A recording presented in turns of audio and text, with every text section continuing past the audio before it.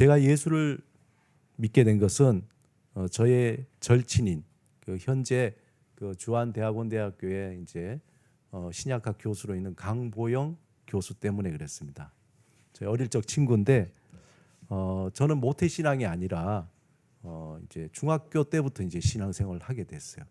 그 계기가 점심 먹으러 그 집에 놀러 갔다가 그 친구는 그때 이제 교회를 다녔었는데 저는 점심 먹고 이제 집으로 오려고 했는데 그 친구 어머니가 저보고 그러는 거예요.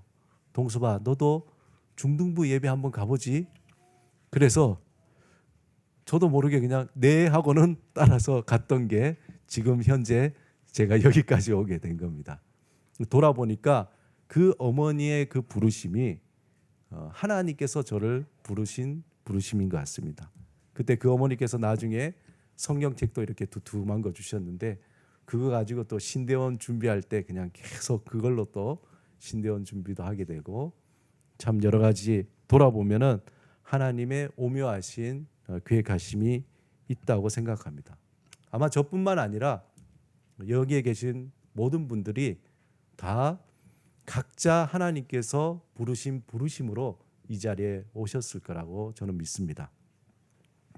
그런데 하나님께서 왜 우리를 부르셨을까 생각해 보면은 이유야 아주 명확합니다. 그 이유는 하나님이 우리를 사랑하시기 때문에 부르셨죠. 하나님께서 우리에게 뭐 삥 뜯으려고 부르신 건 아니잖아요.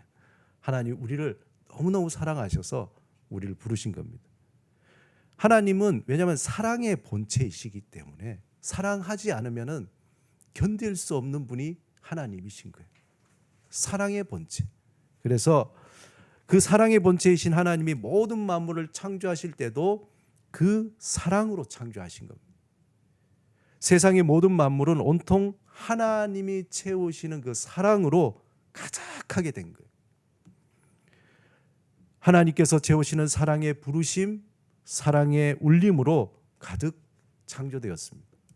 그래서 모든 만물은 하나님께 사랑으로 반응하고 사랑으로 노래하고 그 사랑으로 공명하면서 살아가도록 창조되었다는 거예요. 하지만 인간의 이 교만함이 그 사랑의 울림을 차단하게 된 거죠. 하나님의 사랑 없이도 나는 살 수가 있다. 외면하고 반응하지 않고 또 결국은 하나님을 떠나버린 거예요. 문제는 하나님을 떠난 인간은 자신만을 사랑하기로 작정하고 그러다 보니까 외로움과 절망과 고통 속에서 살아가는 거예요. 인간은 하나님의 그 부르심, 그 사랑의 부르심이 있어야지 살아갈 수 있는 존재인데 그러나 그 부르심을 외면했기 때문에 그 타락한 인간은 점점 메말라 죽게 된 거예요. 여러분 여기 수국이 지금 아주 활짝 펴 있잖아요. 지난주에 제가 깜빡하고 물 주는 거를 잊어버린 거예요. 그랬더니 지난 수요일 날 오니까 이 수국이요 완전히 거짓말 안 하고 제 모양 그대로 이렇게 진짜 저는 깜짝 놀랐어요. 저희 집에는 수국이 있지만 제 아내가 물을 자주 주니까 그런 걸 본 적이 거의 없는데 진짜 이렇게 입이고 뭐고 다 이렇게 제가 깜짝 놀래가지고 얼른 이 수국을 제 사무실에 갖다 놓고 햇볕을 못 봐서 그러나 그리고는 전화 SOS를 쳤어요. 여보 수국이 다 죽어간다. 큰일 났다. 어떻게 해야 되냐. 그러니까 제 아내의 말이 뭐라 그러냐면은 물을 주라. 물을 주라. 그래서 그 말씀을 의지하여 제가 말씀을 믿음으로 물을 줬어요. 그러면 제 생각에 물 주면 확 살아날 것 같은데 뭐 그렇지 않더라고요. 그래도 그 말씀에 의지하여서 물을 주고 밖에 나가서 일을 보고 몇 시간 뒤에 사무실에 들어오니까 기적 같은 일이 일어났어요. 이렇게 된 거예요. 이렇게. 그 물을 주니까 이렇게 살아나는 거예요. 우리는 하나님의 부르시는 사랑의 음성으로 창조되었기 때문에 그 음성을 듣지 않으면 수국처럼 점점점 시들어가는 거예요. 하지만 우리가 하나님의 음성을 들을 때에 시들어갔던 것이 다시 살아나는 거예요. 하나님은 예수 그리스도를 통해서 우리를 부르셨습니다. 십자가의 산업으로 우리를 부르시고 하나님의 백성으로 하나님의 자녀로 왕 같은 제사장으로 우리를 새롭게 창조하신 거예요. 새롭게 창조. 우리가 함께 읽은 본문 베드로전서 2장 9절을 우리 함께 다시 한번 읽어보겠습니다. 시작. 그러나 너희는 택하신 족속이요 왕 같은 제사장이요 거룩한 나라요 그의 소유가 된 백성이니 이는 너희를 어두운 데서 불러내어 그의 기이한 빛에 들어가게 하신 이의 아름다운 덕을 선포하려 하심이라. 우리가 근데 가만히 생각해 보면 하나님이 나를 부르셨다. 그 은혜로 부르신 거죠. 그런데 나 같은 죄인을, 나 같은 파렴치한 자를 부르셨다는 것이 정말 은혜구나. 나에게 하나님께서 주신 선물이구나 라는 것을 우리는 깨닫게 됩니다. 만약에 하나님이 나를 부르시지 않았다면 저는 생각에 세상이 주는 달콤한 거짓 사랑과 그 음성에 귀를 기울여서 그냥 시간과 물질을 다 허비하면서 살아갔을 것 같아요. 오늘 본문에 택하신 족속이요라고 할 때에 이 표현, 이것은 우리가 무슨 자격이 있어서 또 뭐 도덕적으로 뭔가 고매하거나 아니면은 지적으로 어떻게 뛰어나서 우리는 택하신 족속이 된 것이 아니라 오히려 아무런 자격도 없고 또 부르심에 합당한 어떤 것도 발견하지 못한 이기적인, 너무나 이기적인 인간인 우리를 하나님께서 불러주신 거예요. 하나님을 떠난 인간, 하나님의 음성을 듣지 않고 하나님의 사랑의 음성을 듣지 않은 인간은요, 이기적인, 너무도 이기적인, 자기만 사랑받아야 되겠다는 이기적인 인간으로 전락하게 됩니다. 하나님을 떠난 인간은 철저하게 자기 중심적으로 살아갈 수밖에 없어요. 왜냐? 자기가 보호받아야, 살아야 되니까. 그렇지 않으면 살 수 없는 것이 세상이기에 자신의 유익과 만족을 위해서 살아가고 또 남을 속이고 헐뜯고 편을 가르고 가면을 쓰고 그렇게 살아가요. 성경에서 이기적인 너무나 이기적인 삶을 살았던 한 사람이 있었습니다. 그 사람은 그 이름이 야곱이에요. 야곱. 그가 하나님의 부르심을 받기 전에는 철저하게 자기만을 위해 살았던 세속적인 사람이었어요. 야곱이라는 이름의 뜻이 뭐냐면은 속이는 자예요. 속이는 자. 자신의 이득을 위해서 친형 에서를 속이고 장자권을 빼앗고 그의 아버지 이삭을 속이며 축복권을 다 빼앗았잖아요. 그리고 그는 자기가 살기 위해서 삼촌 라반의 집으로 도망하게 됩니다. 그리고 삼촌 라반의 집에서 거기서 결혼도 하고 자기가 살기 위해서 여러 가지 속임수로 많은 재산을 불리기 시작하죠. 그리고는 삼촌 라반이 쉬게 하니까 자기가 그동안 모았던 걸 잘 챙겨가지고 어떻게 하면 야반 도주하잖아요. 그리고는 야곱의 삶은 또 새로운 국면에 도달하게 됩니다. 어떻게 보면 야곱의 삶은 하나부터 열까지 철저하게 자신만을 위한 삶이었어요. 자신만을 위한 삶.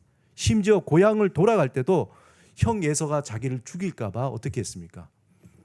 나 양과 소와 낙타를 두 대로 나누었어요. 1차 보내고 2차 보낸 거죠. 왜냐하면 형 에서가 와서 자신을 쳐 죽일까 봐 일단 1차 보내서 마음을 위로하고 그 다음에 자신의 그 재물을 또 아끼기 위해서 한꺼번에 간 것이 아니라 1차, 2차 그렇게 피해를 덜 입게 하려고 보낸 거죠. 한마디로 야곱의 삶은 머리끝부터 발끝까지 꼼수로 가득한 그러한 삶이었어요. 우리가 가끔 살다 보면 그런 사람 만나잖아요. 야, 저 어떻게 저 인간은 꼼수로 가득하냐. 야곱이 그런 삶이었습니다. 이런 이기적인 야곱이 약곡 강가에서 하나님의 부르심으로 새로운 사람으로 변합니다. 그는 형 에서를 만나야 하는 두려움이 있었죠. 그리고 죽음이라는 그 공포에서 자신의 지난 시간을 크게 후회한 거예요. 내가 살아온 것이 잘못 살았구나. 돌아보니까 꼭 그렇게 살 필요는 없었는데. 그리고 꼼수로 살았던 자신의 인생이 얼마나 허무한 것인가를 깨닫기 시작했습니다. 그리고 삶의 모든 것이 거짓이고 자신만을 위해 살아왔다는 자괴감에 빠지게 된 거예요. 그날 야곱은 이제 하나님의 사랑과 씨름을 하기 시작해요. 그리고는 내가 나 혼자 살면 안 되겠구나. 하나님이 나를 축복하셔야 된다. 하나님이 나를 도와주셔야 된다. 끊임없이 하나님과 함께 씨름하면서 결국 자신의 그 허벅지 관절이 부러진 거예요. 허벅지 관절이 부러지면서 하나님의 축복권을 따내기 결국은 이때 하나님은 야곱에게 뭐라고 얘기하면 내 이름이 뭐냐 그런 거예요. 오늘 찬양에 내 이름 아시죠? 근데 야곱에게 내 이름이 뭐냐? 그러면 저는 야곱입니다 라고 하는데 그 뜻이 뭐라고요? 속이는 자예요. 너 인생이 뭐냐? 저는 속이는 자로 살아왔습니다. 너 인생이 뭐냐? 저는 이기적인 삶을 살았습니다. 그 고백이죠. 제 이름은 속이는 자입니다. 저는 평생을 사람을 속이고 꼼수를 부리며 살아온 이기적인 삶을 살았습니다. 그렇게 하나님 앞에 고백을 하자 하나님께서 야곱에게 새로운 이름을 주신 거예요. 그 이름이 뭐죠? 이스라엘이에요. 이스라엘. 하나님과 겨루어 이겼다는, 하나님과 겨루어 이겼다는. 야곱은 이스라엘이라는 자신의 새로운 이름을 부를 때마다 하나님의 은혜를 기억하는 거예요. 내가 속이는 자에서 하나님의 은혜를 받아서 새로운 이름, 하나님의 축복을 받은 자로 변화되었구나. 그뿐만 아니라 자신의 이 허벅지 관절이 골절되어서, 이게 굉장한 의미입니다. 여러분, 허벅지 관절 골절되면 요즘 같으면 깁스해가지고 어떻게 해요? 낫지만 그때 뭐 그런 게 있겠어요? 그냥 골절된 대로 살아가는 겁니다. 어떻게 해요? 지팡이를 짚고 살아가는. 이전에는 야곱이 지팡이 없이 자기 힘으로 그냥 열심히 자기의 야망과 욕심을 위해서 살아가다가 이제는 지팡이가 있어야 돼요. 지팡이가 의미하는 게 뭡니까? 바로 하나님을 의지하는 거죠. 하나님이 없이는 살 수 없는 존재가 된 거예요. 하나님께서 그를 그렇게 쳐버린 거예요.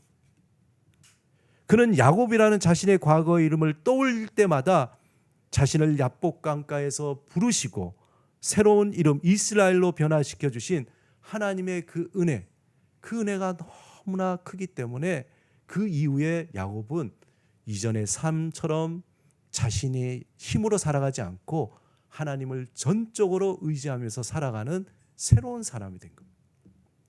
이런 야곱의 삶이 바로 우리의 삶이 아닙니까? 하나님은 야곱과 같은 우리를 예수 그리스도 안에서 부르시고 하나님의 자녀, 새로운 이스라엘 백성, 하나님의 식구로 변화시켜 주셨습니다. 이것이 은혜 중에 은혜요, 축복 중에 축복입니다. 이게 복음이죠. 오늘 본문 10절을 우리 다시 같이 한번 읽어보겠습니다. 자, 10절 시작. 너희가 전에는 백성이 아니더니 이제는 하나님의 백성이요, 전에는 긍휼을 얻지 못하더니 이제는 긍휼을 얻은 자니라. 한 사람이 어떠한가를 보려면은 그 사람이 시간과 물질을 어떻게 쓰는가를 보면은 그 사람이 어떠한가를 알 수 있다고 합니다. 예수 그리스도 안에서 부르심을 받은 자에게 나타나는 큰 두 가지는 뭐냐면은 시간과 물질에 대한 태도예요. 하나님의 백성에게 시간은 더 이상 어떤 과거의 후회나 미래의 두려움에 사로잡히지 않고 지금 이 시간에 임하시는 하나님과 동행하면서 살아가게 되는 거예요. 이것을 신학적인 용어로 뭐라 그러냐면 영생이라 그래요. 한번 따라합시다. 영생. 그것을 영생이라 그래요. 우리는 영생 그러면은 그냥 죽고 난 뒤에 이후에 대해서만 생각하는데 그것이 아니라 예수를 믿으면서부터 우리는 이미 영생이 시작되는데 그것이 곧 하나님과 함께 살아가는 그러한 시간을 살아가게 되는 거죠. 예수를 믿지 않았을 때는 시간이 나의 소유예요. 그래서 내가 마음대로 계획하고 내가 모든 것을 좌지우지하려고 합니다. 그게 마음대로 됩니까? 나의 삶의 목적에 맞게 맞춰서 시간을 내가 경영하기 위해서 막 애를 쓰는 거예요. 계획도 하고 이렇게도 하고 머릿속에 상상도 해보고 막 그렇게 하는 거죠. 하지만 예수를 믿고 난 후에 시간은 나의 소유가 아니라 하나님의 것이구나를 알게 되는 거예요. 내가 마음대로 할 수 있는 게 아니구나. 그러므로 시간은 하나님의 뜻을 따라 사용하는 거죠. 하나님의 시간에 나를 맞춰가는 겁니다. 하나님의 때를 기다리면서 살아가는 거예요. 예수님도 이 땅에 계실 때에 하나님의 때를 따라서 기다리며 하나님의 시간 속에서 살아가셨습니다. 우리에게 그 모범을 보여주셨죠. 예수님은 이 땅에서 전도도 하시고 말씀 사역도 하시면서 정말 바쁘게, 아주 바쁘게 보내시면서도 하나님 앞에 하나님과 시간을 맞추는 그 때를, 하나님과 공명하는 그 시간을 놓치지 않았어요. 마가복음 1장 35절에 보면 새벽 아직도 맑기 전에 예수께서 일어나 나가 한적한 곳으로 가사 거기서 기도하시더니, 이게 뭡니까? 하루의 모든 시간에 그 초점을 하나님께 맞추는 그러한, 하나님 앞에 하나님의 시간에 자신을 맞추는 그러한 시간의 우선순위를 둔 거죠. 이처럼 하나님의 식구는 날마다 하나님이 내려주시는 은혜와 사랑을 받아먹는 예배의 시간, 기도의 시간, 말씀 묵상의 시간 등 하나님과 함께하는 시간을 가장 우선순위로 두는 거예요. 이건 놓쳐서는 안 되겠다. 왜냐? 이거 놓치면은 내 모든 시간이 다 흐트러지는구나. 그 시간을 우선순위로 두고 나를 맞죠. 우리 주일 예배라는 게 뭡니까? 일주일의 모든 시간을 다시 제로로 돌리는 거잖아요. 다시 하나님 앞에 맞춰서 이제 한 주간 또 시작하는 거잖아요. 매일매일도 그렇지만 한 주간도 그렇게 하나님의 시간에 맞춰서 살아가는 그 삶을 살게 되는 겁니다. 그렇지 않으면 우리는 다시 야곱의 삶, 꼼수의 삶, 서두르고 분주하고 뭔가 막 열심히 하는 것 같지만 결국 아무것도 남지 않은 허무한 삶을 살게 되는 거예요. 예수 그리스도 안에서 부르심을 받은 자에게 또 한 가지의 다른 태도는 물질에 대한 태도가 달라지는 거예요. 이전에는 자신이 뭔가 소유했는가, 이것이 자기 자신을 드러내는 거예요. 삭개오처럼 막 많이 있으면 내가 뭐 된 것처럼 생각하는데 이젠 그게 의미가 없어요. 이전에는 자신이 무엇 얼마를 많이 소유했느냐, 또 그런 것들이 하나의 자기를 나타내는 수단이었지만 하나님의 백성은 그 물질이 하나님의 아름다운 덕을 선포하기 위한 수단인 거죠. 나를 나타내는 건 이미 예수 그리스도 안에서 내가 새로운 백성이 됐고 하나님의 존귀한 자가 됐고 하나님의 자녀가 되었기 때문에 더 이상 나의 정체성에 대해서는 드러낼 필요가 없고 뭐 덧붙여서 바꿀 필요가 없는 거죠. 하나님의 식구가 된 우리에게는 물질을 통해 내가 어떤 존재인가 확인할 필요가 없습니다. 더 큰 집, 더 좋은 차, 더 많은 물질, 더 화려한 외모, 더 높은 지위, 이것이 하나님 앞에서는 아무런 의미가 없는 것을 알기 때문에 거기에 대해서 집착하지 않아요. 이미 우리는 예수 그리스도 안에서 하나님의 택한 족속이요, 왕 같은 제사장이요, 거룩한 나라요, 하나님의 소유된 백성이라는 거예요. 왜냐하면 우리는 이미 하나님과 함께 먹고 마시고 누리는 식구가 된 거예요. 우리 자녀들이나 다른 분들이, 우리 가족이 뭘 더해야 가족이 되는 게 아니죠. 이미 가족이 된 건데 뭐 거기에 대해서 더 할 필요가 없잖아요. 세상이 줄 수도 흉내낼 수도 없는 그러한 신분으로 우리가 변화되었다는, 하나님의 식구가 된 우리에게는 물질 사용에 대해서 하나님의 우선순위가 있는 거예요. 물질을 자신의 것으로 여기지 않고 하나님이 잠시 나에게 맡겨둔, 삭개오가 예수님을 만나면서 그걸 깨달은 거잖아요. 아무런 소용이 없구나. 잠시 맡겨둔 것으로 알고 사용하게 되는 거예요. 그는 예수 그리스도를 부르심으로 삭개오는 하나님의 식구가 되었습니다. 그에게 물질은 과거에 자신을 보호하거나 또 자신의 존재를 드러내는 도구였는데 이제는 더 이상 그럴 필요가 없는 거죠. 그에게 물질은 하나님의 아름다운 덕을 나타내기 위한 헌신의 향유 옥합이에요. 그래서 뭐라 그랬습니까? 내가 빼앗은 거 다 돌려줄게요. 혹시 제가 더 받는 거 있으면 갑절로 해서 다 돌려줄게요. 왜 그런 마음이 생깁니까? 그것이 중요하지 않다는 거예요. 우리의 시간과 물질을 통해서 하나님의 놀라운 능력이 나타나는데 사용하고자 하는 겁니다. 사랑하는 여러분, 교회가 뭘까요? 교회라는 게. 신학적으로 교회는 하나님의 부르심을 받은 사람들의 모임입니다. 예수 그리스도 안에서 하나님의 은혜를 고백하는 자들의 모임이 교회라는 거예요. 건물이 아니에요. 하나님의 부르심에 감사하여서 자기를 주장하기보다도 서로 격려하고 용납하고 칭찬하고 세워주는 이들의 그 모임이 교회인 거예요.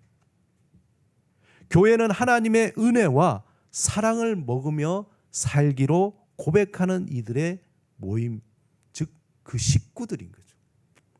여러분, 식구 한자를 보면 재밌잖아요. 식자가 뭡니까? 먹을 식자, 입구자잖아요. 뭘 먹습니까 우리가? 우리는 하나님의 은혜와 사랑을 먹기로 작정한 사람들, 고백한 사람, 그런 사람들이 모인 곳이 바로 교회라는 거예요. 여러분, 가족이란 말은 결혼이라든지 혈연으로 맺어진 집단의 의미가 강해요. 또 가정이라는 것은 이런 혈연 관계에 있는 사람들이 생활하는 공동체의 어떤 공간의 의미가 강합니다. 그런데 이에 반해서 식구라는 것은 어떤 한 집에서 함께 밥을 먹는 사람들을 의미하는 거예요. 함께 밥을 먹는. 그렇다면 교회는 하나님의 가족이기도 하고 하나님의 가정으로도 표현할 수 있지만 이 시대에 비록 서로 다르잖아요. 다 배경도 다르고 뭐든 다 달라요. 그러나 하나님의 집에서 함께 하나님의 은혜와 사랑을 먹으며 살아가는 사람들이기 때문에 우리를 하나님의 식구라고 말할 수 있어요. 그게 오히려 더 우리 마음에 와닿지 않습니까? 하나님은 우리를 예수 그리스도 안에서 은혜와 사랑으로 먹고 누리는 식구로 불러주셨어요. 식구로. 하나님은 그의 독생자 예수 그리스도를 아낌없이 우리에게 주시기까지 이 땅에 교회를 세웠습니다. 그리고 하나님은 교회를 너무도 사랑하시고 교회를 소중하게 여기세요. 어느 정도 자신의 독생자를 주시기까지 그 교회를 세우신 거예요. 하나님은 교회를 통해서 자신의 이익을 누리거나 자신의 욕심을 채우거나 자신의 명예를 얻으려는 자를 미워하세요. 저주하시는 거예요. 나중에 심판하십니다. 반대로 하나님은 교회를 소중히 여기고 교회를 위해서 헌신하고 섬기는 이들을 소중하게 여기시고 보호하시고 그 사람을 복되게 하십니다. 하나님은 교회를 규모로 보지 않아요. 엄청나게 많은 교회, 이 교회는 정말 좋은 교회, 아주 조그만 교회, 이 교회는 별로인 교회, 하나님은 그렇게 보지 않습니다. 하나님은 사람을 외모로 보지 않고 뭘로 본다고요? 그 마음의 중심으로 보듯이 교회도 그 교회의 외모가 아니라 그 중심을 보는 거예요. 여러분, 요한계시록에 나온 7교회, 칭찬받는 교회가 큰 교회였습니까? 아니잖아요. 그 중심이 하나님 앞에 선 교회를 하나님이 칭찬하신 거예요. 하나님은 사람의 마음의 중심을 보듯이 교회의 중심을 봅니다. 그 중심에 하나님을 정말 진실로 사랑하고 하나님의 마음을 품고 하나님의 아름다운 덕을 선포하려고 하는 그 교회를 하나님이 사랑하시고 보호하시고 하나님께서 복되게 하시는 거예요. 사랑하는 여러분, 우리는 하나님의 부르심을 받은 하나님의 식구입니다. 날마다 우리의 마음을 잘 살펴서 예수 그리스도의 몸된 교회를 소중히 여기고 이 교회가 온전히 세워지기 위해서 헌신하시기 바랍니다. 그 마음과 헌신이 곧 우리가 이 땅에서 복되게 살아가는 삶의 비밀이라는 거예요. 특별히 하나님은 저와 여러분을 문화와 예술을 통한 도시선교의 사명을 주신 미화 십자가 교회로 불러주셨어요. 여러분 우연히 우리 교회에 나온 게 아니라 하나님의 오묘하신 계획 가운데에 우리가 하나님의 식구가 된 거예요. 미아 십자가 교회 식구가 된 것입니다. 그 부르심에 합당하게 우리 교회가 든든하게 세워지고 하나님의 아름다운 덕을 온전히 전하기 위해서 우리의 시간과 물질을 들여서 헌신해야 합니다. 그 헌신이 곧 우리 개인과 가정을 또한 복되게 한다는 거예요. 하나님의 식구가 되신 여러분 축하드립니다. 특별히 미와 십자가 교회 식구가 되신 여러분을 환영하며 축복합니다. 예수 그리스도 안에서 날마다 하나님의 은혜와 사랑을 먹으며 함께 울고 함께 웃고 서로 포용하고 서로 세워주는 믿음의 공동체가 되기를 사모하는 여러분의 삶이 되시기를 주님의 이름으로 축원합니다. 우리 함께 짧게 묵상하며 기도드리겠습니다. 이 시간 함께 나눈 말씀을 생각하시면서 잠시 하나님께 기도드리겠습니다.